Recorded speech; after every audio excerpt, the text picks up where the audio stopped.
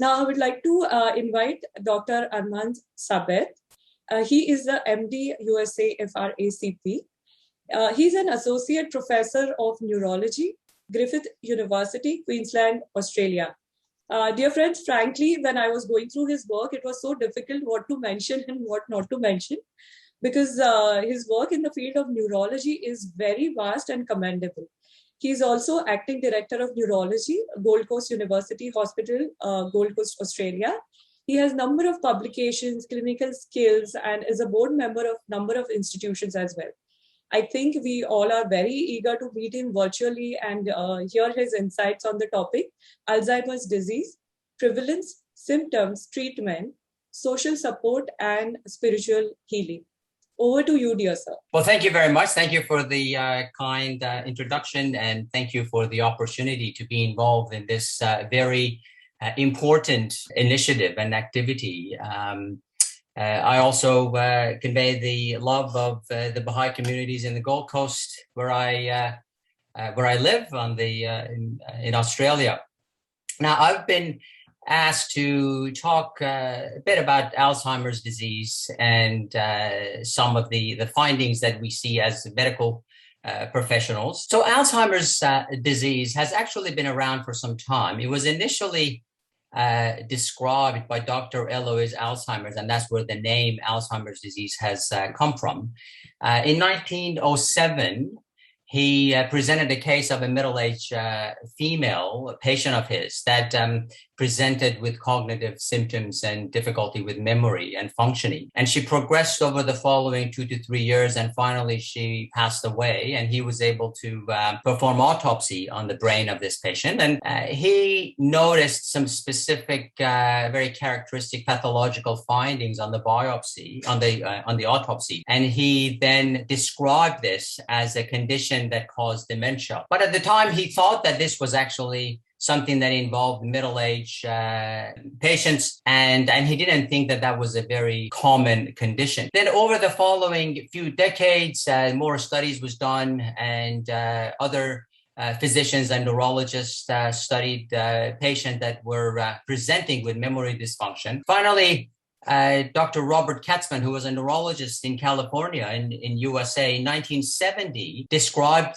what we know now as Alzheimer's disease, that it was in fact a disease that affected the elderly, and it was fairly common, and it was very different than normal aging. It was not. It had certain characteristics on the brain of patients with Alzheimer's disease that clearly characterized them or separated them from normal aging process. Now, before I move on, I'd just like to define a couple of terms that we will be using later on. So dementia is basically a decline in mental ability and cognitive function to the point that it interferes with daily activity. Now, Alzheimer's disease is a specific condition or an illness which is a form of dementia, but the most common form of dementia. And this is a type of condition that affects a certain part of the brain. It causes shrinkage of a couple of the lobes of the brain and leads to fairly characteristic physical findings and pathological findings. Now, Alzheimer's is not the only type of dementia. There are other forms of dementia. You may have heard of things like frontotemporal dementia, or vascular dementia, Lewy body dementia, and sometimes patients can have a mixture of different dementia. But the topic of what we're going to be discussing primarily tonight is the Alzheimer's dementia, which is the most common type of dementia. Now, again, Mr. Azadi talked about the incidence of this condition. So at various studies, when you look at anywhere between 44 to 50 million people worldwide are affected by Alzheimer's, and it is a disease that affects the elderly. Now, I tried to find some information specifically about the incidence of Alzheimer's in India, and I came across this report that was actually by ARDSI a few years ago. And they had estimated that in 2010, there were about 3.7 million Indians suffering from Alzheimer's disease. And it was projected to get close to 8 million by 2030. So this is definitely a fairly common condition in that age group. And also the societal cost of this condition, when you include the medical care, but also loss of productivity and the time that patients and the family members have to take away from work, it's astronomical. It was 147 billion Indian rupee in 2010, and it's thought that we tripling by 2030. So this is definitely a condition that needs to be recognized and studied more, as we talk about later on. That we're still short of having a cure for this condition. Now, again, I won't go into that much detail. We saw this in the video. The Alzheimer's disease is mainly described by some people as plaque and tangles. So we have amyloid plaques, which are these pink structures that are formed outside of the nerve cell bodies.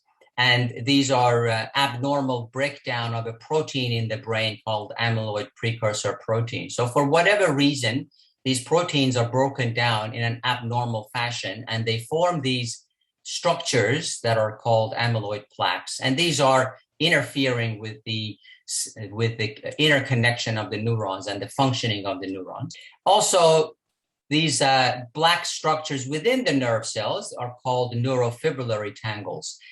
Tau is a protein that's used in a structure within the nerve cell called microtubules. These are structures that have the function of transporting nutrients from nerve cell body along the axon to all the peripheries. And these structures, this protein accumulates for a reason that's still unknown and forms these neurofibrillary tangles. So along with the plaques, these interfere with the function of the brain and lead to what we now know as Alzheimer's disease. Now, the structures of the brain that are involved, we can see that over time, as those plaques and tangles are developed, they lead to atrophy or shrinkage of the brain. I mean, this is just a diagram looking at the normal brain on the left side, and we have the cortex where the nerve cell bodies are located, and what we call white matter. This is where the axons or the appendages of the nerve cells go all the way down to different parts of the nervous system. And then on the right-hand side, we have the Alzheimer's brain, and we can see how atrophied or shrunken the right side is compared to the left. Now, the initial damage occurs in an area called hippocampus. This is the area that's very important for memory. And as we know, memory or loss of memory is one of the first symptoms that patients with Alzheimer's suffer from. And that's because this area of the brain, the hippocampus, is where those changes occur initially. Now, as time goes on, other parts of the brain, particularly what is called the temporal and parietal lobes of the brain, get affected and they are atrophied. And that's where we see changes of or symptoms that later on presents in Alzheimer's. And those are difficulty with executive functioning, with behavior, with emotions. And that's because other parts of the brain then start to be affected and they undergo shrinkage and atrophy, and we see those symptoms later on. Now, what are some of the symptoms? I mean, we have alluded to some extent, and it was in that video. Early in the course of the disease, the symptoms can be fairly mild. I mean, the hallmark or the initial symptoms pretty much in every case of Alzheimer's disease is, in fact, memory loss. But that is not the only thing that can be. So sometimes patients can have poor judgment. They make bad decisions. They often ask questions repeatedly. They lose their spontaneity. They have difficulty handling money. If they have to write checks, sometimes the check comes back because they have written them incorrectly. If they go for a walk in the neighborhood, sometimes they wander around and they can't find their way back home. If they're driving, they may have difficulty driving and again finding how to get back, or they may make mistakes while driving. And also they can have other issues such as anxiety and aggression and behavioral issues and personality changes. So these are some of the initial symptoms of mild or mild symptoms, and some of those may go unnoticed. Family members may be noticing these even before than the patients do. Then as condition goes on, then we move on into the moderate symptoms. These are cases where there are more instances of memory loss and confusion. Patients have inability to learn new things, to multitask. They have difficulty with language, and that's not just talking. That also includes reading and writing and being able to add and subtract. They may have difficulty organizing their thoughts and making executive decisions. Then they could also have behavioral issues, more behavioral issues. They can have impulsive behavior. They may have inappropriate outbursts of anger. Anxiety and agitation and restlessness becomes an issue. So these are signs of moderate Alzheimer's disease. And unfortunately, as the condition continues to grow, to progress, then we move on into the severe stages of Alzheimer's. And these are patients who have inability to communicate. They can't talk anymore. They can't swallow. They have difficulty swallowing, and that leads to weight loss and other issues that come after that.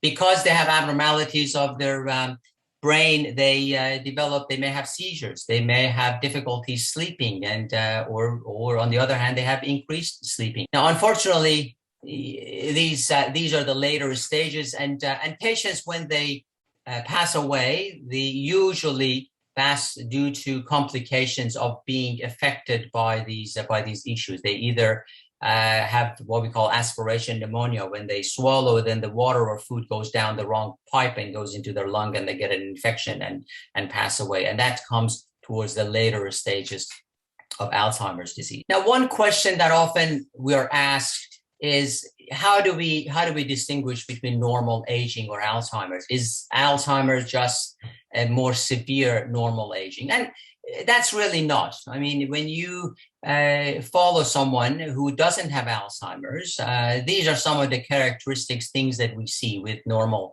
aging as opposed to those with Alzheimer's. We all may make a bad decision every once in a while, or we may misplace our keys somewhere that we can't find them, or we may have to make a list when we go to the grocery. But with Alzheimer's disease, this is an ongoing, everyday issue. I mean, they make poor judgments. They have problem taking care of their monthly bills. They lose track of the date and time of the year. So the symptoms are much more severe we see with Alzheimer's than normal aging. Now, again, we discussed some of the risk factors. Who are the patients that are at risk of developing Alzheimer's? Well, age is the primary risk factor for Alzheimer's, to the point that after age of 65, every 5 years, the risk of Alzheimer's doubles. And once we get to the age of 85, almost a third of that population is diagnosed with Alzheimer's. There's also a family history. So first-degree relatives of patients with Alzheimer's disease are at risk of developing it as well. These are parents or siblings. Now, there is a very rare form of genetic Alzheimer's. Those are the cases that have a specific gene, and they usually present with early onset Alzheimer's, but that is relatively rare as opposed to what we call sporadic Alzheimer's disease cases, which is not because of a specific gene. And then some other risk factors that we can talk about later if we have time, things like education and head injury, vascular causes, if they have had multiple strokes, if there's been excessive use of alcohol or things in the diet. So there are a few other things that are risk factors for developing Alzheimer's. Now, how do we make the diagnosis? Well, when we see a patient who comes in, I guess the hallmark is to perform a cognitive assessment. I mean, we need to document that someone actually does have cognitive impairment. So this may be as simple as a office, a questionnaire in terms of asking a question about their memory, or it could be a more involved process of formal neuropsychiatric assessment that may take a few hours to do. Then neurological examination, This is mainly to make sure that there is no other area of the brain that is dysfunctional, that we can put it together. Now, there is no blood test to diagnose Alzheimer's. We often perform blood tests, but that's mainly to rule out any other condition that causes dementia and that causes problem with memory. And, there are a few other things, some metabolic conditions, some hormone deficiencies, some vitamin deficiencies, certain things that can cause problem with memory. But there is no specific blood test that would diagnose Alzheimer's. And then we also rely on imaging, and that depending on where you are, it can be anything from MRI scan, which is the panel at the bottom, or a more fancier test, which is called PET scan, which is the one with the colors. Now, as you can see, this MRI, this is basically a cross section of the brain, and the most the scan on the left is the brain of a normal individual. The one in the middle is someone that has what we call mild cognitive impairment, and then the last one has Alzheimer's, is a brain MRI of an Alzheimer's patient. And you can see again those areas of shrinkage or atrophy. There are significant atrophy of the temporal lobe and the parietal lobe, as opposed to a normal brain. We also use the MRI to make sure that there is no other condition, there is no brain tumor, or there is no stroke that would be causing some of those symptoms. And the utility of PET scan, which is these fancy color pictures, is that the PET scan looks at the metabolic activity of the brain. So the areas of the brain that are actually working, they use glucose, and glucose, the higher you use, the brighter red color you get. So these are areas of the normal brain that a lot of them are metabolically active, as opposed to someone that has Alzheimer's, that the brain is shrunken, and there are not many areas that are using glucose properly, and they are atrophied. So those, again, are some of the tests that we do to diagnose Alzheimer's disease. Now, as I said before, unfortunately, there is no cure for the condition. There are a few medications that are available. There is one that was recently approved by FDA and some of the other organizations. These are the ones that deal with those amyloid plaques and try to dissolve them. Now the jury is still out on whether this is as good as they have promised. There are other medications that interfere with the neurotransmitters of the brain, and they primarily slow down the progression of Alzheimer's, but there is no, they would not reverse the condition, and they would not cure the condition. We also have medication that we use for what we call non-cognitive symptoms. As I mentioned before, a lot of these patients can have behavioral issues. They can have sleep disorders. They can have difficulty eating. So there are some medications that we use to address those specific problems. And then this also is some of the non-pharmacological approaches in terms of good nutrition and social support, and the importance of social support, and specifically, and how the families, what they can do, come into place in care of patients with Alzheimer's disease. Now, why do we want to make a diagnosis if there is no condition, if there is no cure for it? Why even bother to make a diagnosis? This is a question that sometimes we're asked by patients and families. Well, I think there are still some treatments that can be available. Some of those medications that we discussed can gradually or slow down the progression of the disease. We can also, it is very important to plan for future. Some of these patients need to take care of their financial, or legal matters, and it would be good to know what the prognosis of the condition is so they can make those decisions. We may need to address some of the safety issues around the house. Do these patients need to have supervision to make sure that they are safe, in terms of their living arrangements, and also, again, in terms of finding a social support for those patients, and how the families can help. Now, speaking of that, education, things like what we are doing tonight really are paramount in what needs to happen for patients with Alzheimer's and their families. They need to know what the condition is. They need to know how to deal with. They need to know what to expect in the future. Now, they can start begin adjustments earlier. We need to make sure that patients continue with daily routine. We don't change things around. So they need to eliminate some of those disturbing effects that would make the Alzheimer's patients more upset and play with their behavioral issues.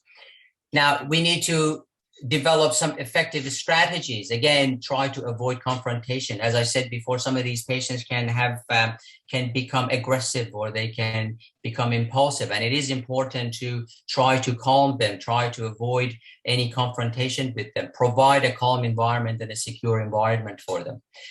And also make sure that we have the ability to adapt to lifestyle changes. I mean, these are the patients, as we said, going through the mild to moderate to severe stages of Alzheimer's can significantly affect patients and their families and their caregivers and loved ones. So it is very important to be able to adapt to those changes, and also to have a positive coping strategy. This is very important. Those patients need to know what they can rely on, how to cope with those difficulties, and same with the patients. And that brings me to this topic of spirituality and how that affects or correlates with patients with Alzheimer's and with any area in medicine. I think, especially in the Western world, physicians and healthcare professionals are not very eager to deal with spirituality. This is an area that they don't feel comfortable talking to patients. But in fact, it is very important. I mean, in this study, just one of many that I could find, they basically look at patients with early Alzheimer's disease, and they followed them along for a few years, and they interviewed them, and they asked them how they were able to cope and how important spirituality and their faith was to them. And interestingly, they made very important observations. They found that those lifelong faith and spiritual practices that these patients adhere to continued even towards the later stages of Alzheimer's. They continued those practices, especially the prayer and that connection that they had with the spiritual being. Was very important for them, and that provided them with emotional healing and reassurance and hope, and had them deal with those situations a lot better than if they did not have that ability, or they did not have that as a background. So it is important for those patients to continue with their spiritual practices and use that as a coping mechanism, but also to help them heal and to help them address those emotional issues that they go through. Again, when we look at in Western world, look at the spirituality effect of that on medicine, there was a study that interviewed and surveyed about 1,000 people, not necessarily patients. 79% of them believe that the spiritual faith can actually help those patients recover from some illnesses. Obviously, that's not what we have to rely on primarily, but it does make a difference. And also 63% of those patients believe that their physician should actually talk to them about their spiritual faith and their journey and how that can be used to help them. This is what patients are asking for. And that brings me to some of the Baha'i Academy literature and writings. In the Baha'i faith, we believe that there are two types of healing. There is the spiritual healing, and then there is a physical healing. They're both important. None should be used exclusively. For physical ailments, for physical conditions, the Baha'is are encouraged to seek help of a competent physician, to rely on scientific and medical field. But at the same time, there is the importance given to the spiritual healing, to connect to God or to the spirituality, to help patients get through those spiritual aspects and to help them with their affliction and nervous impressions, and they both of those go hand in hand, and the importance of both types of healing.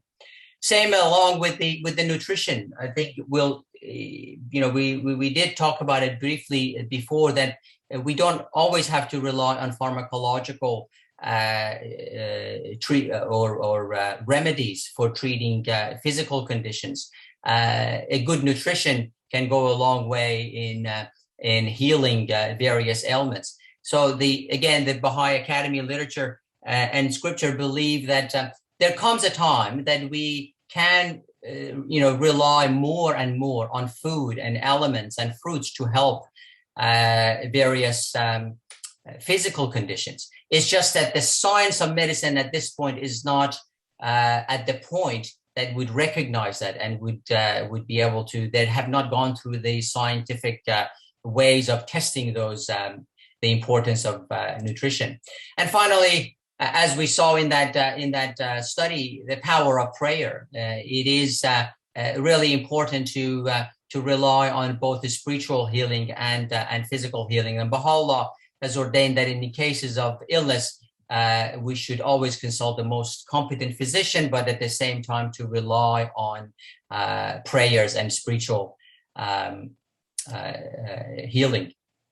Now, at the end, I would just like to finish by a Baha'i prayer from the Baha'i Academy, which basically emphasizes that. And this is, just as an offering to everyone. This is a prayer by Baha'u'llah, the founder of the Baha'i faith. And it says, "Thy name is my healing, O my God, and remembrance of thee is my remedy. Nearness to thee is my hope, and love for thee is my companion. Thy mercy to me is my healing and my succor in both this world and the world to come. Thou verily art the all-bountiful, the all-knowing, the all-wise." And those are my references for some of the things that we talked. And thank you very much. Thank you very much, sir. This was such a wonderful experience for all of us. Your presentation was so systematic. It was so factual. There was a lot of data which was shared with all of us. It provided a lot of practical solutions also that I'm sure many of us can think of to practice in their day-to-day life. Thank you so much, sir. This was a really wonderful presentation. Thank you very much. Thank you.